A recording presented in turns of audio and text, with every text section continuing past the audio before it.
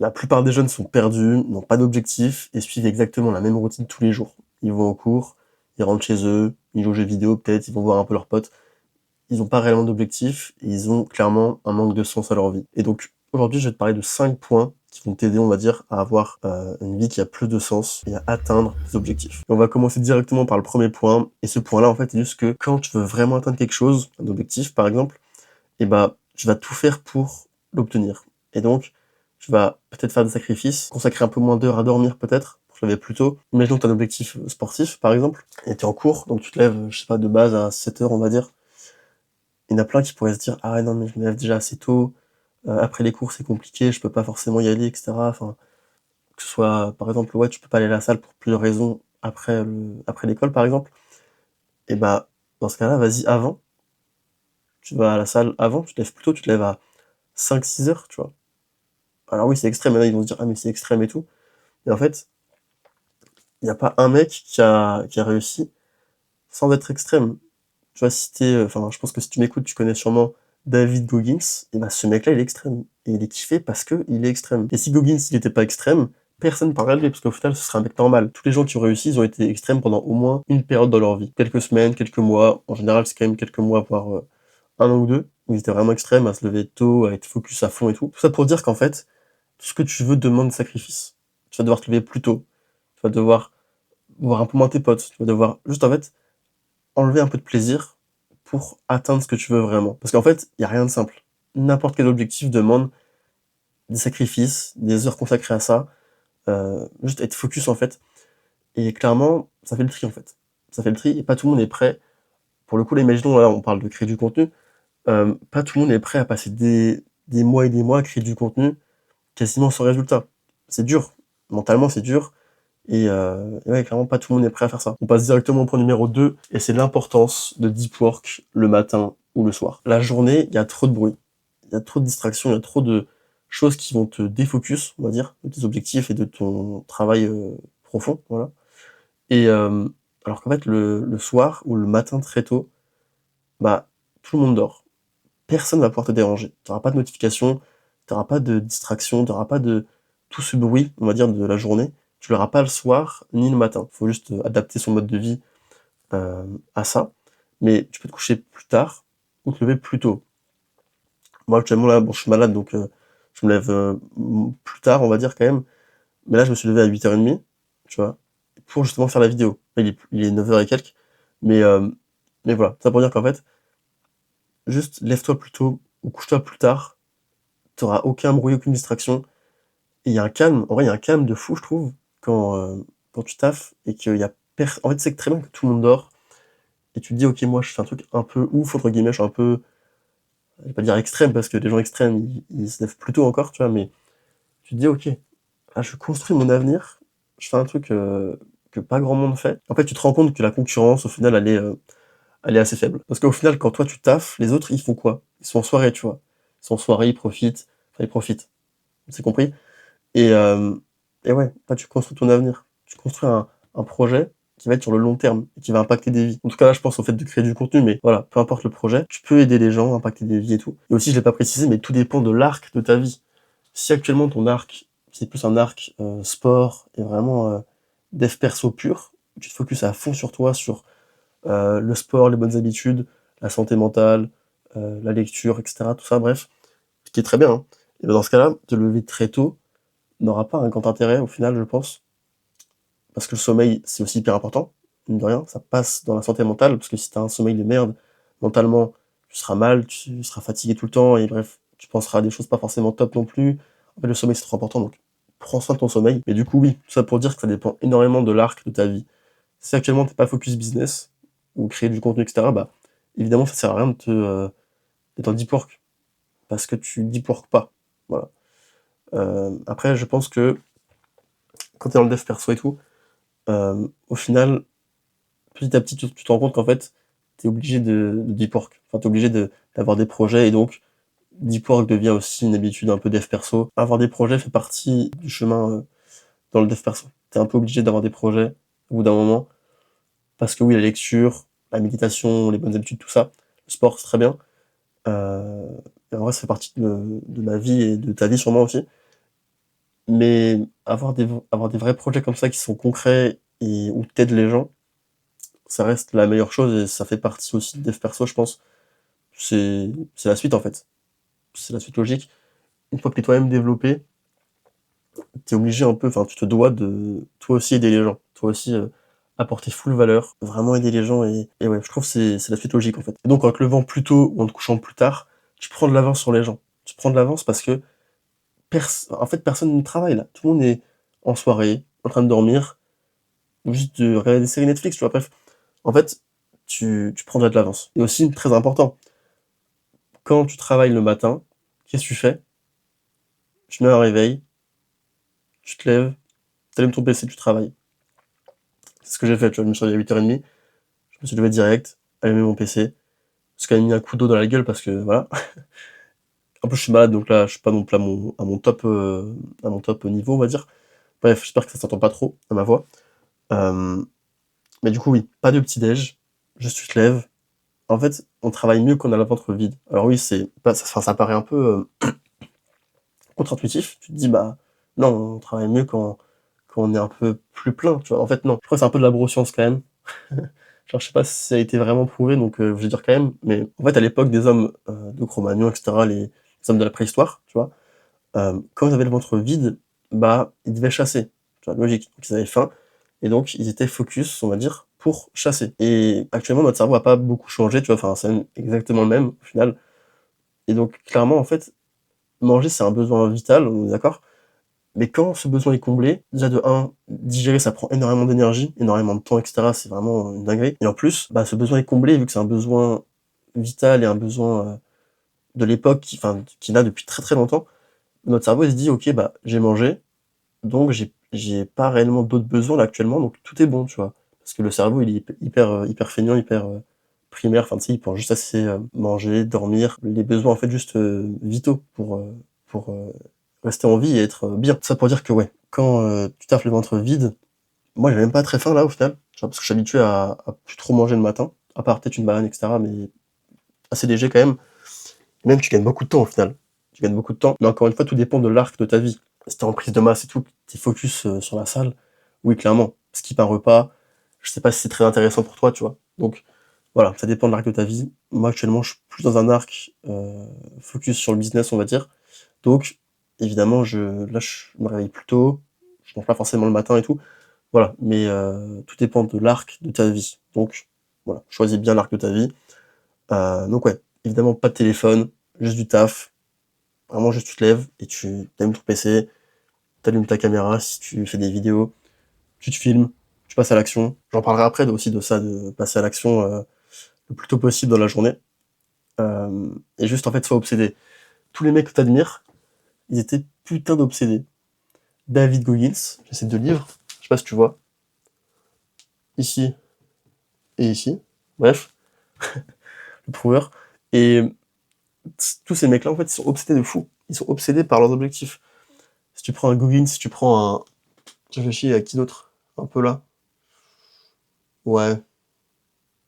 J'ai pas trop de mecs fous, en fait, je crois, dans mes livres. Bref, mais tous les mecs que tu prends, qui ont vraiment impacté des vies et tout, ils étaient vraiment obsédés par leurs objectifs. Donc, deviens ce, deviens ce mec-là. Deviens ce mec-là que t'admires. Et ça passe justement par devenir obsédé, avoir des objectifs. Et, euh, et juste, en fait, corréler ses objectifs à son mode de vie. Si t'as des objectifs qui sont élevés, bah, mon gars, ta routine doit être hyper élevée aussi. Faut être cohérent. On passe au point numéro 3, et ce point-là, il est important pour moi. Ça va être juste passer à l'action, même si c'est imparfait. De toute façon, dans tous les cas, en fait, au début, ce sera imparfait. Et en réalité, ce sera jamais le bon moment. Il y aura toujours des choses où tu te dis, ah ouais, non, pas maintenant. Pour plusieurs raisons, ça peut être, ah ouais, je manque de temps. Ah ouais, non, mais j'ai pas d'idée. Ah non, je manque de moyens pour X, Y. Tu pourras toujours justifier ton manque de passage à l'action par des choses externes. Par la flemme, par le manque de temps, par, ah ouais, non, mais je peux pas parce que, non. Des excuses qui n'ont aucun sens, au final. Et tu le sais toi-même que ça n'a aucun sens, tes excuses. C'est que c'est des excuses de merde qui ne veulent rien dire, qui... En fait, même, je comprends pas le but de trouver des excuses. Genre, si t'es honnête avec toi-même, tu sais très bien que ça te sert à rien de trouver des excuses, que juste faut être honnête avec soi-même, se dire ok, pourquoi je passe pas à l'action? Qu'est-ce qui fait que ça me bloque? Et juste en fait comprendre ses peurs aussi, ça passe par là, je pense. Au lieu de se dire ah non, je peux pas, non, t'as une peur, assume-la. T'as une peur plus profonde que ce que tu penses peut-être. Bah là, tiens, on va parler de créer du contenu. Le point là, c'est passer à l'action même si c'est imparfait. Au début, quand tu crées du contenu, c'est imparfait. C'est nul parce que de la merde ce que tu fais. T'as créé 0 contenu, c'est ton premier contenu, enfin, en tout cas c'est tes premières vidéos que tu crées. Donc forcément, ça va être nul. Forcément, tu vas pas être bon, tu sauras pas comment faire, tu seras pas à l'aise devant la caméra, tu sauras pas de quoi parler, tu sauras pas comment impacter les gens, tu seras nul, tout sera nul. C'est normal, c'est tes premières vidéos, tu sais pas comment faire et t'apprends. C'est normal. Moi, j'ai posté plus de 650 vidéos, voire même plus de 700 peut-être. Et même encore maintenant, mes vidéos sont pas parfaites, tu vois, je pense. Et en vrai, on apprend toujours, c'est normal. Donc, ça pour dire qu'au début, ouais, ça va être nul. Et au début, ouais, il y a des gens qui vont peut-être se moquer de toi. Mais au final, est-ce que tu vas ressembler à ces mecs-là qui te jugent? Non, tu vois. La critique vient jamais d'au-dessus de toi. C'est toujours les mecs qui sont en dessous de toi, qui font moins de choses que toi, qui passent moins à l'action, qui ont pas la vie que tu veux, qui vont te juger. Dis-toi ça.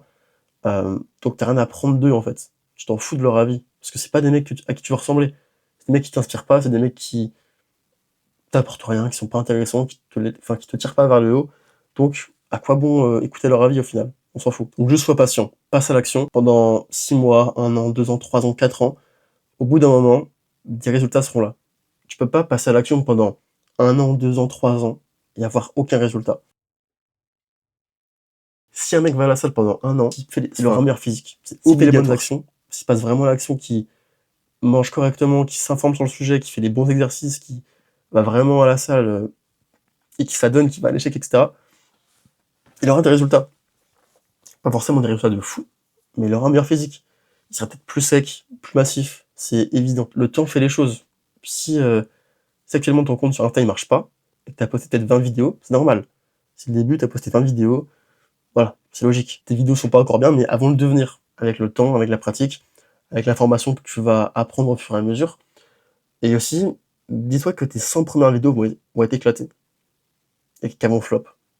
En fait, alors oui, ça paraît hyper, encore une fois, contre-intuitif, mais si tu pars négatif, tu seras prêt mentalement à te dire, ok, ouais, ça va flop, ça va être mauvais au début, c'est normal. En fait, faut surtout comprendre que c'est le début et que c'est le process, que c'est normal, que ce soit nul, c'est logique en fait. Tous les mecs que tu connais, qui t'inspirent sur les réseaux, au début, leurs vidéos étaient éclatées. Parce que c'est dur en fait de poster pendant des mois et des mois, et que ça marche pas. 1 an et quelques, je postais, sans forcément que ça marche. J'ai dû poster peut-être entre 100 et 200 vidéos. J'avais 2000 abonnés, ça marchait pas. Après, c'est relatif, hein, voilà, pour certains, peut-être que 2000 abonnés, c'est ouf, mais en réalité, non, c'est vraiment pas ouf. Et donc, forcément, quand tu postes du contenu au hasard, t'as des résultats qui sont au hasard également. D'ailleurs, mon gars, si t'es pas au courant, j'accompagne les gens à créer du contenu sur les réseaux. Donc, j'aide les gens à créer du contenu éducatif qui impacte les gens et qui devient viral. Et donc, en fait, je t'accompagne personnellement jusqu'aux 10 000 abonnés. Si t'es intéressé, viens me voir sur Insta en DM. Je m'envoie discipline. On parlera un petit peu de ta situation, de comment je peux t'aider à atteindre ça. Mais si t'es intéressé, si t'es vraiment sérieux, on travaillera ensemble et je t'accompagnerai personnellement jusqu'aux 10 000 abonnés. C'est la promesse. Et en fait, tant que t'as pas atteint ça, je te lâche pas. Donc vraiment, t'as pas à avoir peur. Mais si t'as des questions, n'hésite pas.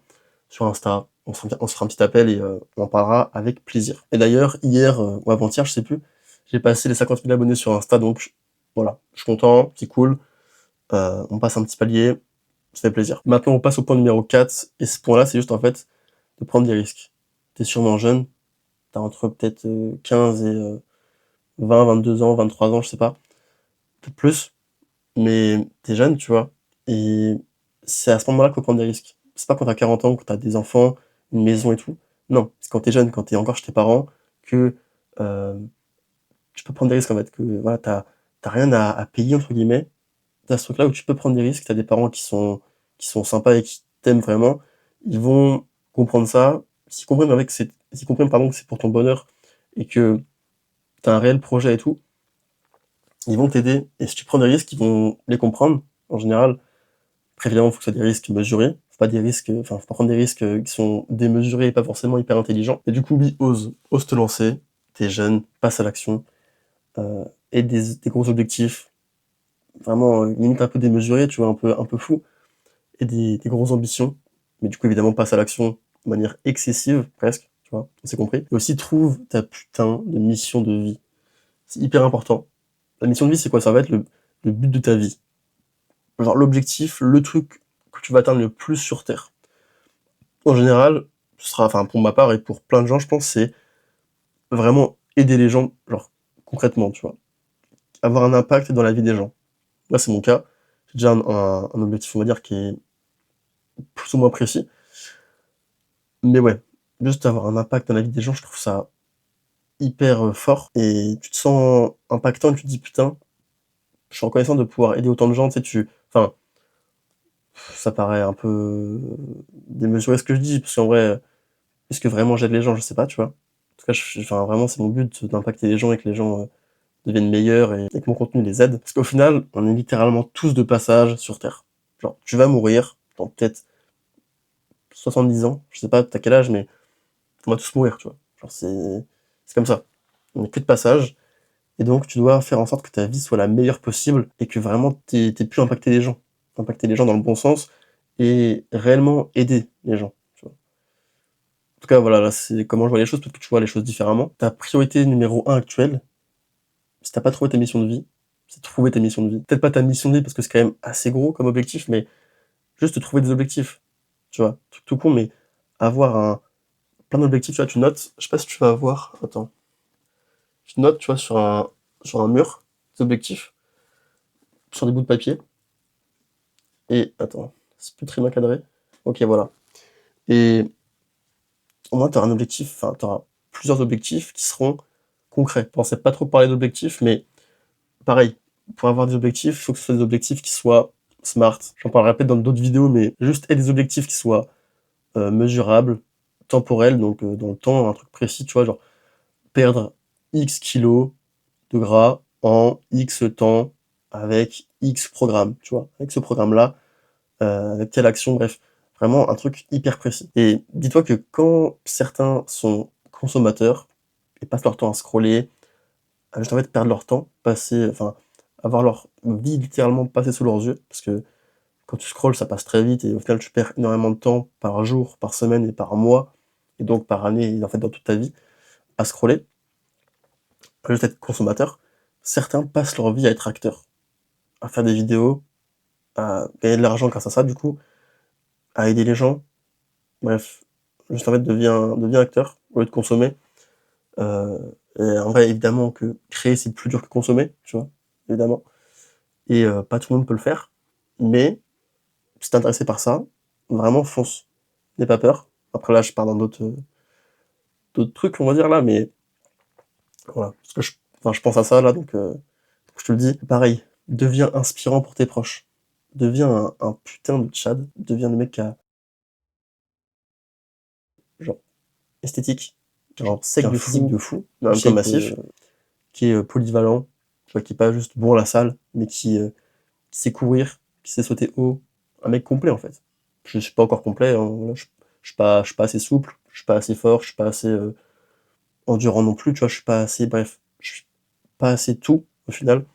C'est normal, je suis jeune, tu es jeune, on a encore des années devant nous pour améliorer ça. Mais voilà, le goal c'est quand même d'être complet avant 30 ans, je pense. Donc ouais, tu encore peut-être 10 ans devant toi pour être complet. Donc voilà, mais ça commence maintenant. Donc fais du sport maintenant. J'espère que tu fais déjà du sport, si tu m'écoutes. Vraiment, je pense que c'est la base, même par rapport à ta santé mentale et physique. C'est trop important, donc prends-en soin aussi. Mais du coup, oui, on veut tous des putains de physique, des bonnes relations, de l'argent, un but profond au final. Si t'es là, c'est que t'es intéressé par ça aussi. Alors fonce, juste agis en fait. Ça paraît vraiment bête dit comme ça, mais agis parce que littéralement personne ne va le faire pour toi. C'est ta vie, c'est tes problèmes, c'est tes trucs. Donc en fait, juste passe à l'action. T'es tout seul. En vrai, t'es tout seul.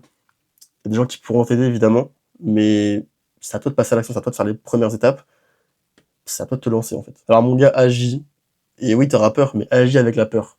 En fait, encore une fois, la peur, c'est une émotion normale, hein. Tout le monde a peur, tout le monde a des émotions un peu négatives qui sont chiantes en vrai, genre le stress, etc. C'est des émotions négatives qui peuvent te freiner.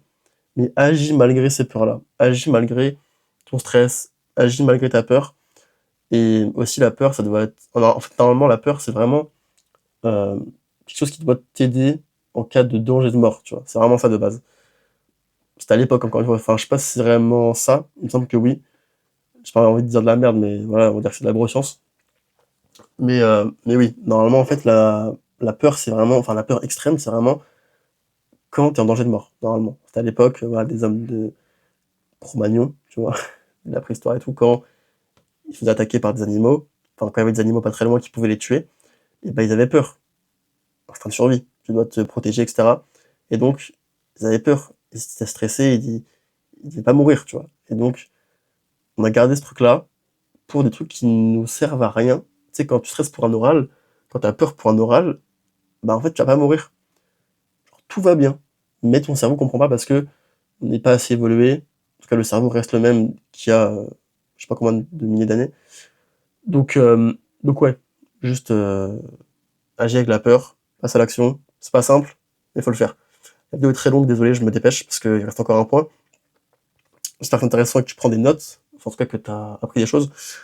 Euh, Point numéro 5, et le dernier du coup, on va parler de routine, donc on commence directement, et une to-do list. Tu vois, là, moi, hier soir, avant de me coucher, j'ai écrit ma to-do list.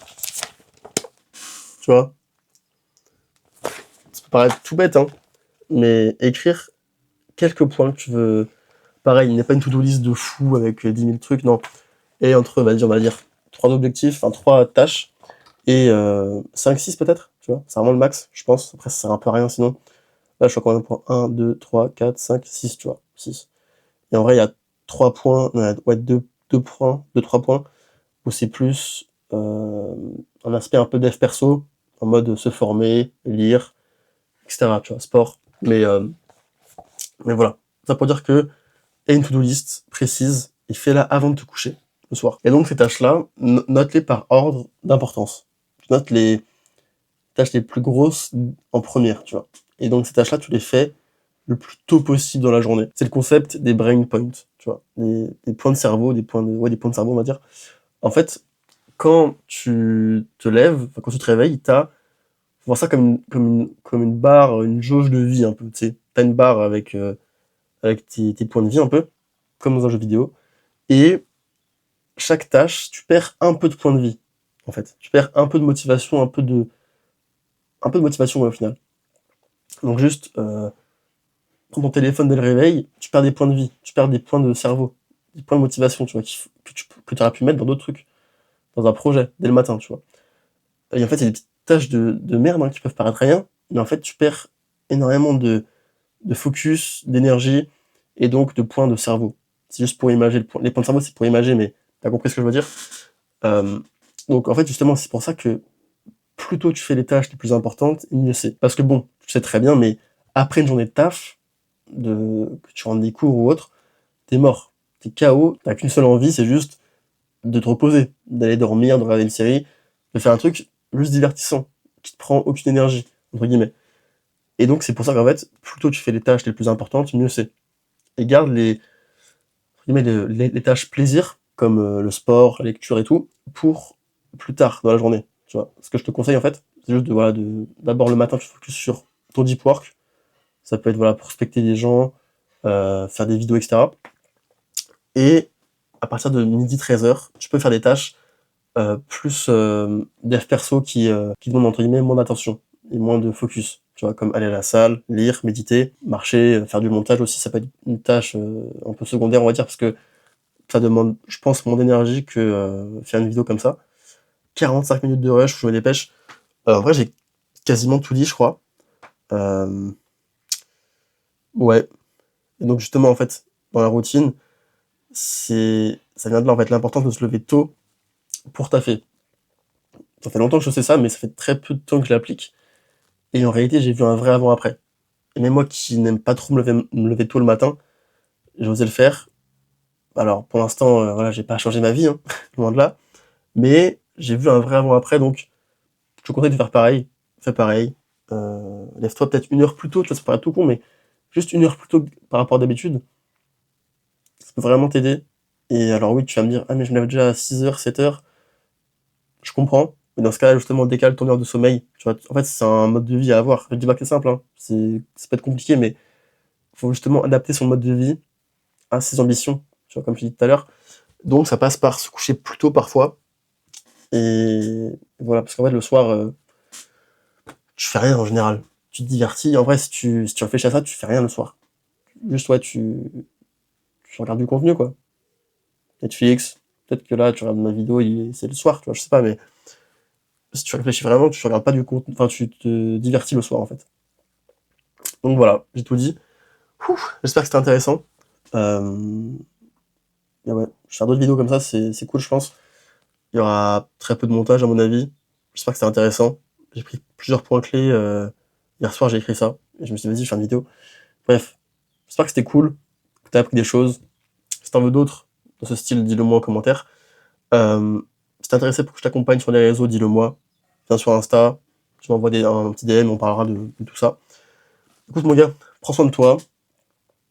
Et du coup, je t'accompagnerai jusqu'aux 10 000 abonnés. Encore une fois, je le redis, c'est important.